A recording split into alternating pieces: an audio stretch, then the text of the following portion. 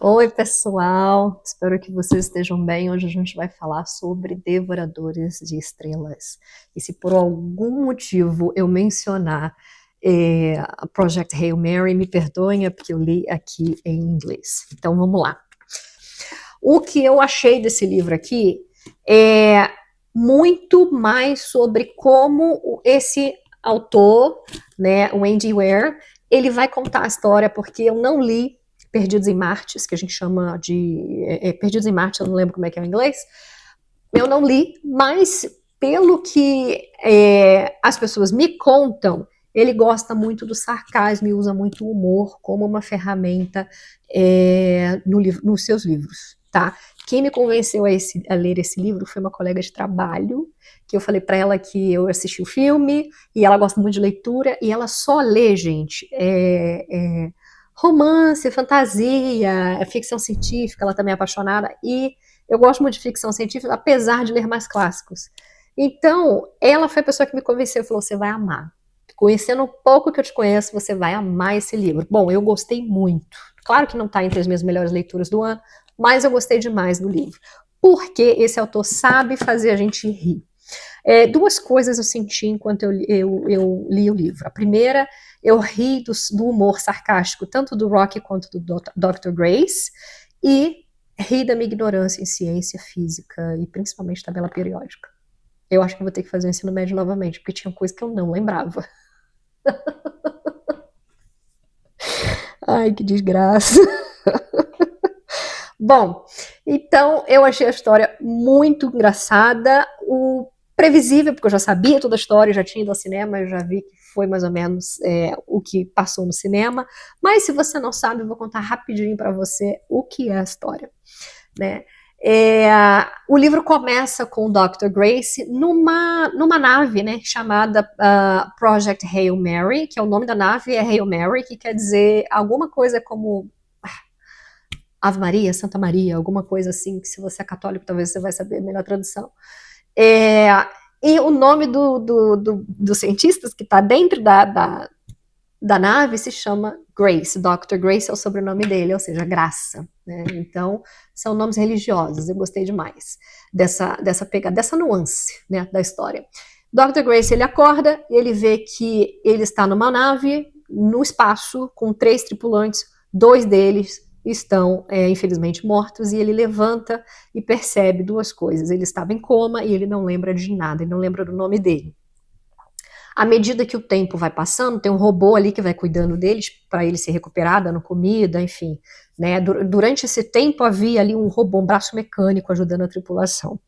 E aí ele percebe que ele precisa lembrar o que eles estão fazendo ali, ele precisa lembrar o nome dele, o que está acontecendo. Você vai descobrindo junto com esse personagem. À medida que ele vai recuperando a memória, vai se passando o que estava acontecendo na Terra, enquanto acontece, são 2 linhas de tempo, né? O que está se passando na Terra cada vez que ele lembra de um pedaço, e o que está se passando dentro da nave. E óbvio que vai acontecer um monte de coisa interessante dessa nave. Tudo que tiver que dar errado vai dar errado.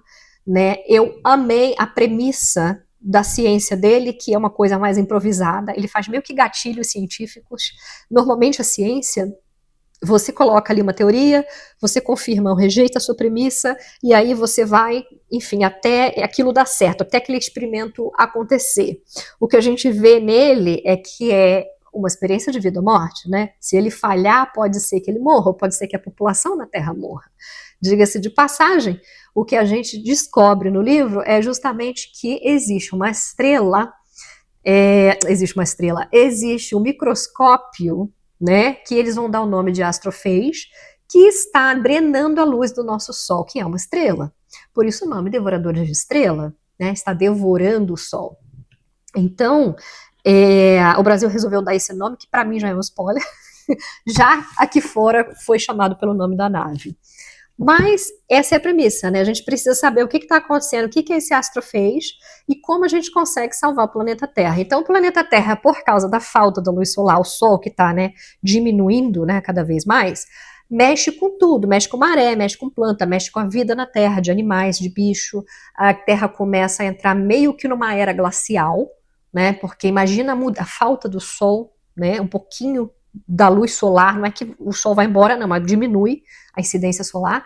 Imagina como isso não atrapalharia no mundo, na Terra, né? Não só de extinção de espécies, mas de alimento, a questão do mar, né, da lua, enfim, influenciaria tudo completamente. A maior parte da Terra começa a se tornar gelo, né, e com isso, enfim, todo mundo vai morrendo por tabela, todo mundo vai se ferrando por tabela. Então a missão deles é justamente ir lá, entender o que está acontecendo, porque eles descobriram que tem uma estrela chamada Tau Ceti, que ela consegue resistir e ela não está diminuindo, ela está resistindo a esse microscópio que foi encontrado, que é o astrophage. A missão deles é ir lá, tentar entender o que é e mandar a resposta para a Terra.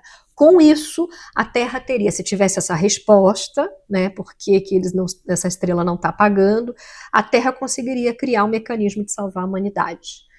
Eu imagino como os países não estavam em guerra. Imagina se isso acontece hipoteticamente no mundo de hoje. Os países entrariam em guerra automaticamente porque não tinha comida para todo mundo, não tinha sol para todo mundo, não tinha estabilidade, estava faltando tudo, gente morrendo para todo lado. Nossa, ia ser guerra atrás de guerra.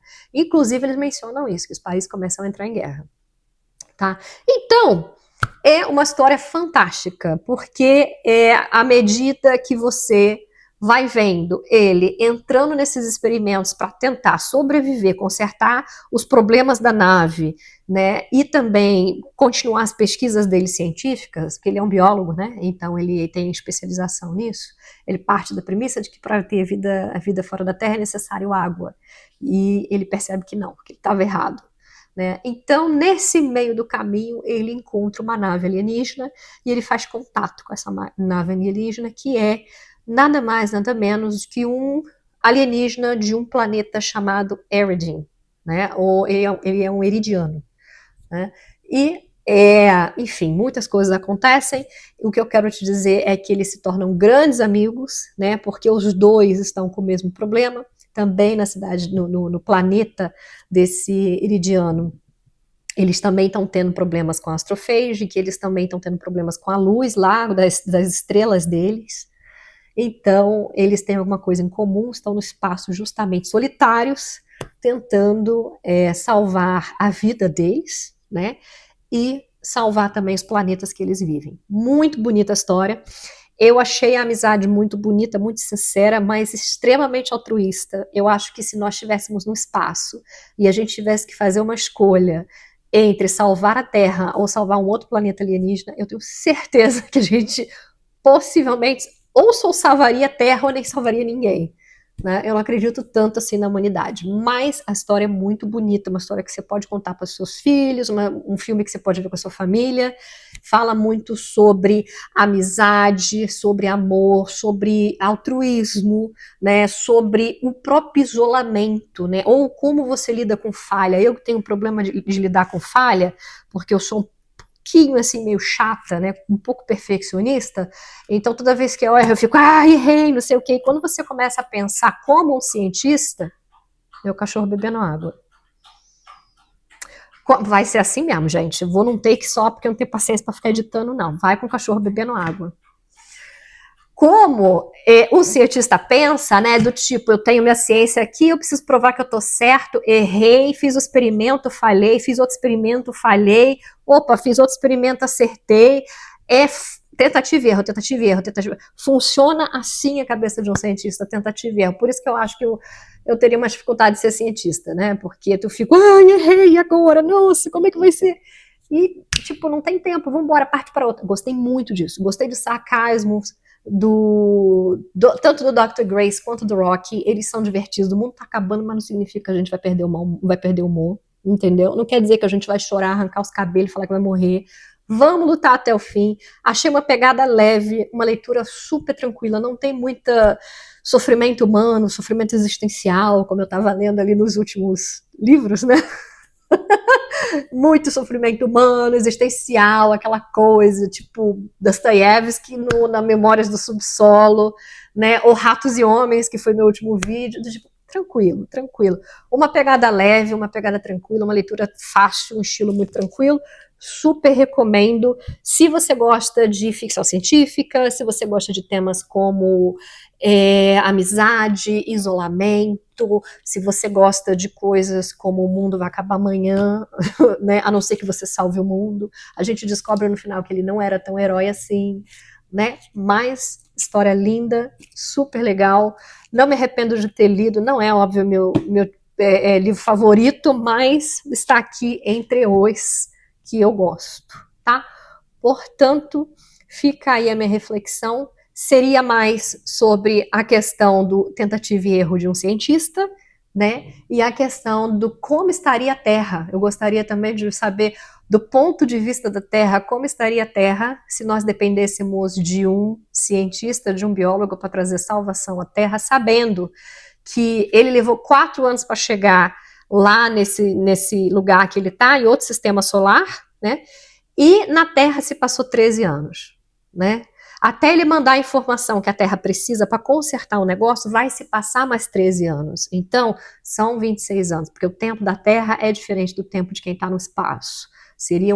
São 26, quase 30 anos, uma geração estaria vivendo nesse caos de fome, de guerra, de miséria, de violência e de muito gelo e muito frio pelo Sol ter, né, perdido ali parte da sua luz para aquecer a Terra. Então, sensacional. Ele podia ter feito uma pegada mais tipo dia depois de amanhã, mas não, ele fez uma pegada mais leve, muito legal, gostei.